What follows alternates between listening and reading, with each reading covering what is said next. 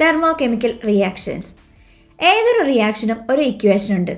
Thermochemical equation is a balanced chemical equation. In the formation of carbon dioxide C+O2 gives CO2.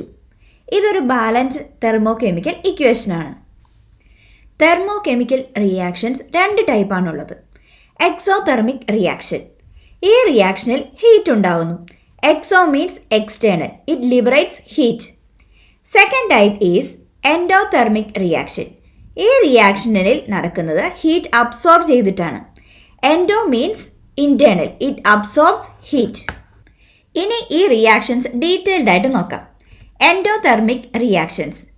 Reactance സറൗണ്ടിങ്സിൽ നിന്നും heat absorb ചെയ്ത് product ഉണ്ടാകുന്നു. For example, potassium permanganate plus heat gives potassium magnet plus മാഗ്നീസ് dioxide plus oxygen. Potassium permanganate decomposes with absorption of heat.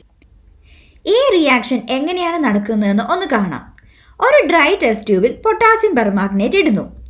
അതിനുശേഷം test tube heat ചെയ്യുന്നു.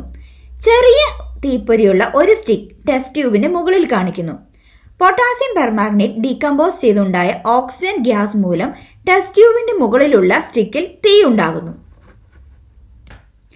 അടുത്തത് endothermic റിയാക്ഷന്റെ ഒരു ഗ്രാഫാണ്. റിയാക്റ്റൻസിന് കെമിക്കൽ എനർജി കുറവാണ്. റിയാക്റ്റൻസ് ഹീറ്റ് അബ്സോർബ് ചെയ്ത് പ്രൊഡക്ട്സ് ഉണ്ടാകുന്നു. സോ പ്രൊഡക്ട്സിന് ഹൈ കെമിക്കൽ എനർജി ആയിരിക്കും. ഇനി എൻഡോതെർമിക് റിയാക്ഷന് കുറച്ച് എക്സാമ്പിൾസ് നോക്കാം. Melting and ice cube, cooking and egg, evaporating liquid water. സറൗണ്ടിങ്സിൽ നിന്നും ഹീറ്റ് അബ്സോർബ് ചെയ്തിട്ടാണ് ഈ റിയാക്ഷൻസ് അഥവാ ഈ മാറ്റങ്ങൾ ഉണ്ടായേക്കുന്നത്. Next, exothermic reactions.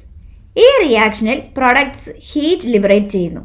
For example, magnesium plus hydrochloric acid gives magnesium chloride plus hydrogen plus heat. ഇനി ഈ റിയാക്ഷന്റെ പ്രോസസ്സ് നോക്കാം. ഒരു ടെസ്റ്റ് ട്യൂബിൽ 5 ml ഹൈഡ്രോക്ലോറിക് ആസിഡ് എടുക്കുന്നു. അതിലേക്ക് മഗ്നീഷ്യം പീസ് ഇടുന്നു. അവയുടെ റിയാക്ഷനിൽ ഹൈഡ്രജൻ ഗ്യാസ് ഇവാപറേറ്റ് ചെയ്യുന്നു. അതുപോലെ ഹീറ്റ് ലിബറേറ്റ് ചെയ്ത് ടെസ്റ്റ് ട്യൂബിൽ ചൂട് പിടിക്കുന്നു. അടുത്തത് എക്സോതെർമിക് റിയാക്ഷന്റെ ഗ്രാഫാണ്. ഹൈ കെമിക്കൽ എനർജി ഉള്ള റിയാക്റ്റൻസ് അവയുടെ എനർജി ലിബറേറ്റ് ചെയ്ത് പ്രൊഡക്ട്സ് ഉണ്ടാകുന്നു. പ്രൊഡക്ട്സിനോടൊപ്പം ഹീറ്റ് ഇവോൾവ് ചെയ്യുന്നത് കൊണ്ട് പ്രൊഡക്ട്സിന് ലോ കെമിക്കൽ എനർജി ആയിരിക്കും. എക്സോതെർമിക് റിയാക്ഷൻസിന്റെ എക്സാമ്പിൾ ഏതൊക്കെയാണെന്ന് നോക്കാം. Combustion of wood, setting of cement and concrete, nuclear fusion. വിറക് കത്തുമ്പോൾ ചൂടുണ്ടാകുന്നു. അതുപോലെ സിമെന്റ് കോൺക്രീറ്റിംഗ് നടന്നതിന് ശേഷം നനയ്ക്കുന്നത് എന്തുകൊണ്ടാണ്? ഇവയിൽ നിന്നും ചൂട് പുറന്തള്ളുന്നതുകൊണ്ട്. ചൂട് പുറന്തള്ളുമ്പോൾ കോൺക്രീറ്റിംഗിൽ വിള്ളലുണ്ടാകുന്നു. അതായത് ഈ റിയാക്ഷൻസിൽ ഉണ്ടാകുന്ന പ്രൊഡക്ട്സിലൂടെ ഹീറ്റ് ലിബറേറ്റ് ചെയ്യുന്നു.